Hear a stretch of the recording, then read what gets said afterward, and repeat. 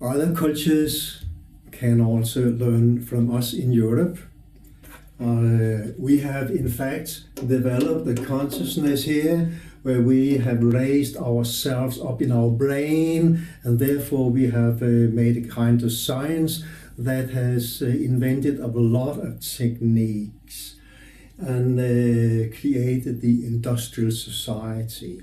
And there are many problems with it, but also a lot of benefits. And all cultures in these years know that they can learn from us. Another thing in the European consciousness structure is this focus on the individual human being. It's an essential thing that we in our culture really think is very, very good. And we will insist that other cultures need to learn from this. That you need to somehow have your attention towards the individual, and that we have some human rights for individual persons. In Europe, we also think, Democrats in the United States also, that this is democracy. This is the model.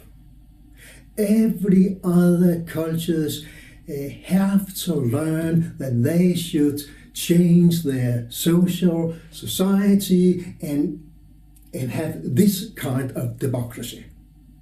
We need somehow to focus on the individual. We need a leadership. We need that someone should take control over society. Well, to some degree it might function, but you see, in fact, for example, going to the Palestine some years ago, there was an election, and Hamas won, and afterwards all Westerners, politicians, said we cannot accept that. So democracy in praxis is not what Westerners want. They want that it not only should be a free election, it should be that after such election that people go into exactly this structure, and this is what should be the result, and if not, it's not acceptable for Westerners. We had also in Somalia in situation, there's been a civil war for many years, but then an Islamic group tried to have control over the society, but that couldn't be accepted. So the United States more or less had their military to smash it, and some politicians from the neighbor country come in and started a new government that cooperated with the West. And so again, every time that a democratic process takes place, it's not acceptable unless people afterwards end up with this. So this is the situation, that Westerners have this idea that our culture is better than other cultures. We saw it in the Southeast in the 60s. The French had occupied the territory, and then the Americans, but at last it succeeded for Viet Cong to take power, and the American soldiers had to go back to America. And what have we seen afterwards? We have seen in the Southeast Asia a real rise in democracy, rise in economics, rise in culture. In any way, we have seen a positive process afterwards. Today, the Western world is occupying the Arab territory, and CIA and others are murdering local politicians in Arab countries who do not cooperate with Americans. And the Americans are supporting economically those politicians that cooperate with USA. So, but in future, I'm sure that the Western military will withdraw from the Arab area, and after such a withdrawal, I'm quite sure that the Arab world will start up a positive process, including real democracy, not this, but a real democracy, and also a economic process, a cultural process, liberation, etc. I haven't yet mentioned these two energy patterns here. It's a little bit difficult to find a society today organized in this way. Going back in history to America, we find some Indian tribes that organize themselves using this energy pattern here. Not having these inner splits, you recognize yourself as a part of nature, a part of the spiritual, and spirituality and material are two sides of each other.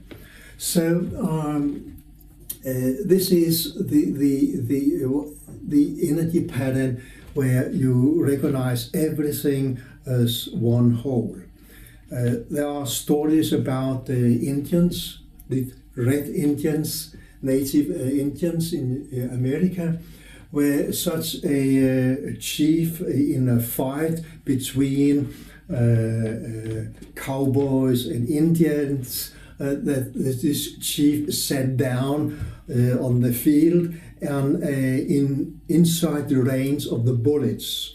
But using his telepathy mind, he was able to influence the white man, so they couldn't control their firings, so the bullets went past him and he didn't die.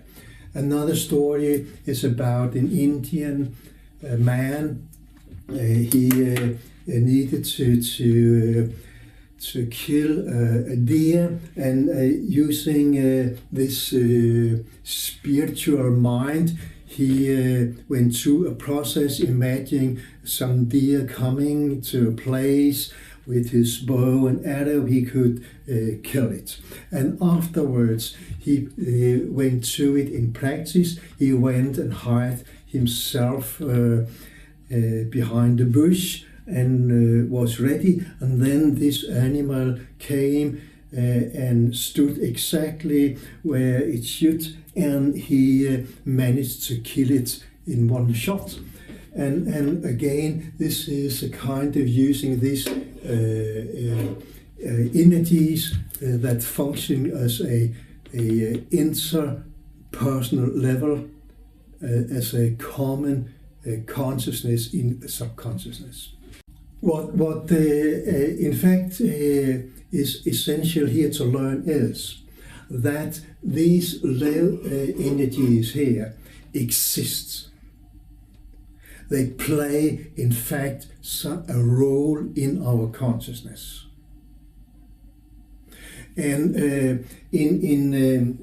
especially in Europe, we have this idea that we have a society and a private life.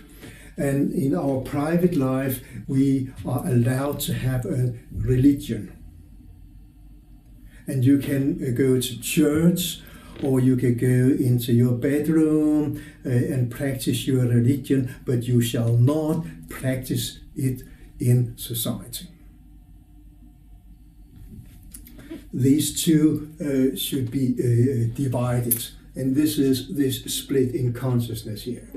But going back, you had to realize that all religions have started as a political movement. It has always been around about changing society. And therefore, it's not possible to make this division. Well, the only way it is functional here in Europe is that Europeans have raised this energy pattern up to a kind of its own religion. So exactly this way of thinking, this way of acting has been raised to some kind of supernatural, natural consciousness that should conquer the entire world and be the religion.